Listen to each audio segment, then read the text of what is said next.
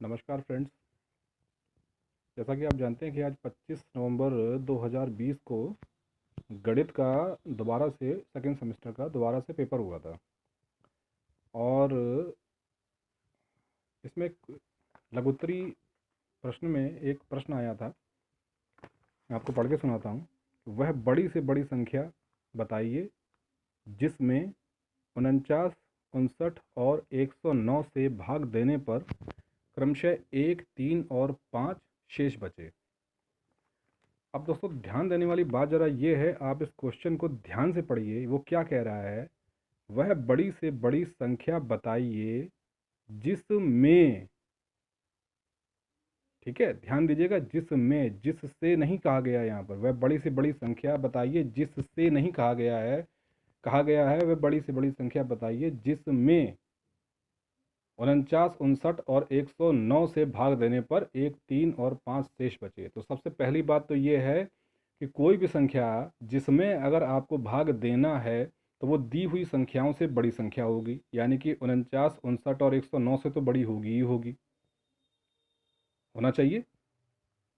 अगर ये कहता कि वह बड़ी से बड़ी संख्या बताइए जिससे, ठीक है ना, जिससे 49, 59 और 109 में भाग दिया जाए, तो हम इसका नियम के अंतर्गत 1, 3 और 5 49, 59 और 109 में से घटा के और उसका महत्तम समापवर्तक हम लेते और बता देते कि ये है। जैसा कि आंसर सबका 8 आ रहा है।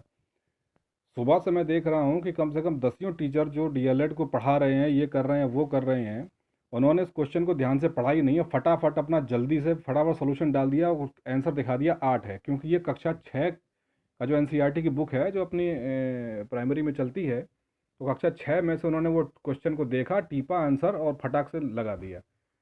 अब सवाल ये है कि ये क्वेश्चन तो है गलत, ये प्रश्न ही गलत है। क्योंकि मैं ये कह रहा हूँ कि बड़ी से बड़ी संख्या जिसमें किसी भी संख्या का भाग दिया जाए, पहली बात तो बड़ी से बड़ी संख्या कोई है ही नहीं, यही नियम है। सबसे बड़ी संख्या आज तक कोई ज्ञात ही नहीं कर सका सबसे बड़ी संख्या कितनी है। तो ये पहले बात तो प्रश्न ही गलत है। तो इस वीडियो के माध्यम से सबसे पहले तो मैं पीएनपी को भी ये कहना चाहूँगा कि सर आप इस क्वेश्चन को एक बार ज़रूर देखें।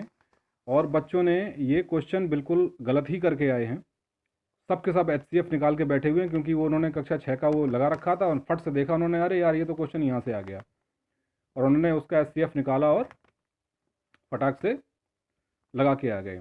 तो अब ऐसी स्थिति में क्या पीएनपी पूरे 2 नंबर देगी या इसके लिए कुछ और गाइडलाइंस जारी करेगी?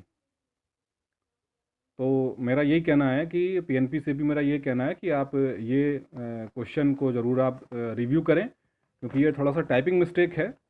वो बात ठीक है कि टाइपिंग मिस्टेक हो गई है इसमें, कि यहाँ पर जिससे लिखना चाहिए था और उसमें जिसमें लिख दिया है, जिससे इसका अर्थ का अनर्थ हो गया है।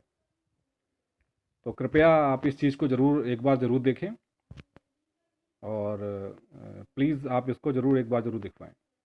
Thank you. और मैं ऑनलाइन जितने क्लासेस ये दे रहे हैं लोग टीचर्स, मैं उनकी बुराई नहीं करता हूँ, they are doing a very good job, एक बहुत अच्छा काम कर रहे हैं कि घर बैठे हुए जो बच्चे हैं जो तैयारी कर रहे हैं उनको तैयारी कराते हैं। बट कम से कम कोई भी सोल्यूशन देने से पहले एक बार को पेपर को ज़रूर पढ़ना चाहिए।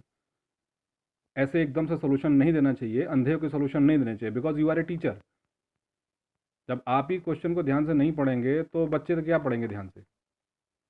तो प्लीज़ आप लोगों से भी मेरा यही कहना है कि आप लोग इसको थोड़ा सा ज़रूर देखें कि क्वेश्चन क्या कह रहा है। सबसे मेरा ये विनती थी कि मुझे अच्छा लगता कि अगर आप लोग इस चीज़ अपोज करते। मैंने कईयों पे कमेंट भी डाला बट उसका अभी तक किसी का जवाब ही नहीं आया। तो इससे पता चलता कि गुणवत्ता क्या हमारी चल रही है, क्या नहीं चल रही है। एनी हाउ, तो इस क्वेश्चन को आप लोग ज़रूर देखिएगा। क्वेश्चन नंबर 15 है ये लघुत्तरी का। मैं आपको एक बार को दिखा भी देता हूँ। दिखाना क्या, एक्चुअली मैं पढ़ के आपको सुना ही चुका हूँ, तो आप इसको ज़रूर देखिएगा। चलिए ठीक है दोस्तों।